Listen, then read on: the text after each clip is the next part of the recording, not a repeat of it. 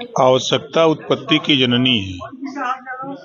कांग्रेस के समय जिस चीज की आवश्यकता थी उसकी पूर्ति कांग्रेस ने किया।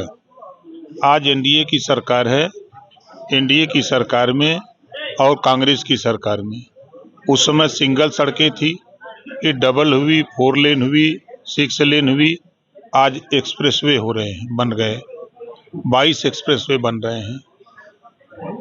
अगर एयर कनेक्टिविटी की बात करें तो कांग्रेस के ज़माने में कुल मिलाकर के यूपी में 2 कनेक्टिविटी थी, आज 24 कनेक्टिविटी हो गई। रेलवे की बात अगर हम करें तो उस समय सिंगल अगर लाइनें थी तो आज उसका दोहरीकरण हो रहा है। स्टेशनों की बात करें तो स्टेशनों का सौंदर्यीकरण हो रहा है, विस्तारीकरण हो रहा है, प्लेटफार्मों का विस्तारीकरण हो रहा है। तो किसी क्षेत्र में आप जाएंगे, हर क्षेत्र में काम हो रहा है। अब कांग्रेस को 2047 तक सिर्फ एनडीए सरकार का विरोध ही करना है और कुछ करना नहीं। देखिए, दिग्विजय सिंह जी ने जो बात कही है, धरातल पर वो देख रहे हैं कि आरएसएस धरातल पे काम कर रहा है और कांग्रेस पार्टी के लोग दिल्ली में बैठ के काम कर रहे हैं। इसी वजह से कांग्रेस का पतन हो रहा है और आरएसएस और भाजपा और गठबंधन के सभी साथी धरातल पे अपना संगठन का विस्तार करते हैं, लोगों के बीच में सरकार की उपलब्धि बताते हैं, उनके हित की बात करते हैं, जो योजनाएं चल रही योजनाओं का लाभ वहां तक पहुंचाने का प्रयास कर रहे हैं। मुफ्ती मोहम्मद सईद की देखिए, अब उनको अपनी भाषा में वो जो बोले हैं, ये घटना दुर्भाग्यपूर्ण है, ऐसी घटना नहीं होनी चाहिए और वो देश की जिम्मेदारी होती है, उस प्रदेश की जिम्मेदारी होती है कि लाइन ऑर्डर को अपने क्षेत्र में वो ठीक ठाक बना के रखे। बलूचिस्तान की बात की तेरा नाम, भारत का नाम। अब उनके कहने से तो हो नहीं जाएगा, पूरी दुनिया में लोग जान रहे हैं भारत का। आज भारत जिस गति से प्रगति कर रहा है वो प्रगति दुनिया जान रही है, किसी के कहने से कुछ थोड़े हो जाएगा। चंद्रबाबू नायडू का बयान है, उन्होंने कहा है कि प्रत्येक परिवार में 3 बच्चे होने चाहिए। तो उनको कौन मना कर रहा है? उनको कोई मना तो कर रहा है। भारत बांग्लादेश में जो इस समय तनातनी चल रहा है, जिस तरह से भारत को इस समय चल रहा है, उसको आप कैसे देखते हैं? कहाँ तनातनी है महाराज? वहाँ हिंदुओं को जलाया जा रहा है सब। अरे छिटपुट घटनाएं हो रही हैं, ऐसा तनातनी कहीं नहीं है। पूरा दुनिया इस समय शांति चाहती है। भारत के प्रधानमंत्री माननीय नरेंद्र मोदी जी दुनिया को शांति का संदेश लेकर के घूम रहे हैं, दे रहे हैं। लोग शांति का संदेश स्वीकार कर रहे हैं, जो बुद्ध जी ने कहा है उसको पूरा दुनिया मान रहा है।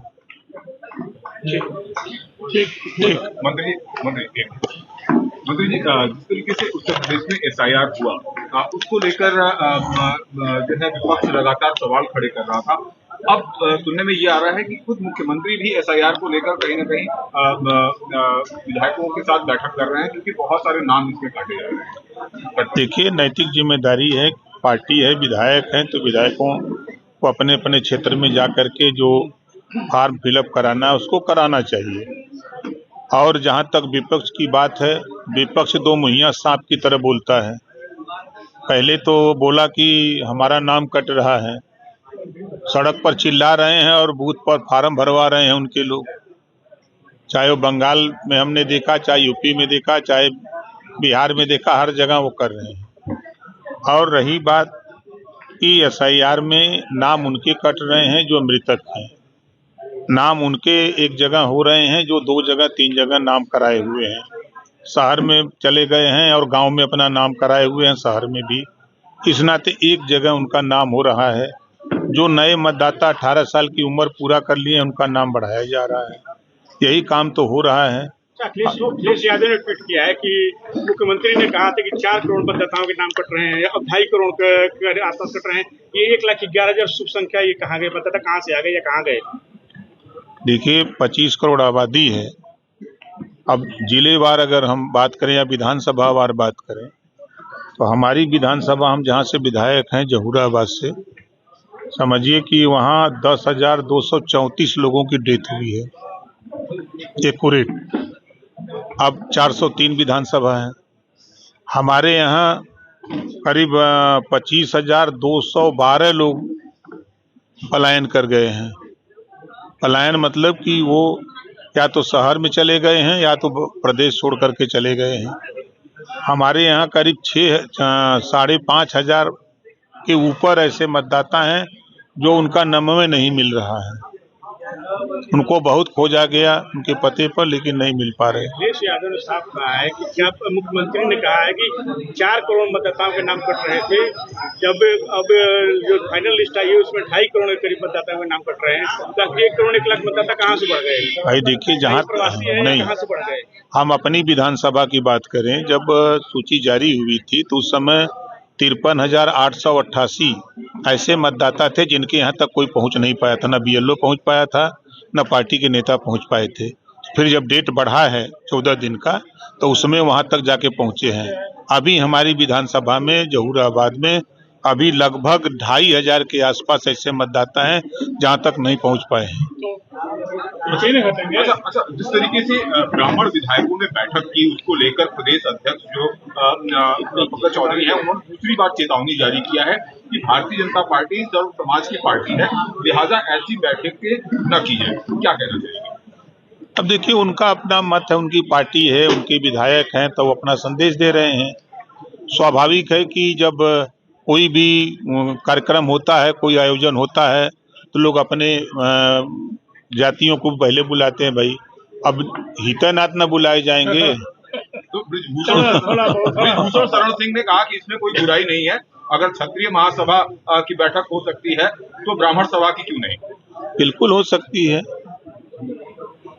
हो गया थोड़ा लिखना तो फिर प्रदेश अध्यक्ष को क्यों? नहीं, प्रदेश अध्यक्ष जी ने, देखिए, वो जिम्मेदारी के पद पर हैं, पार्टी चला रहे हैं, प्रदेश अध्यक्ष हैं।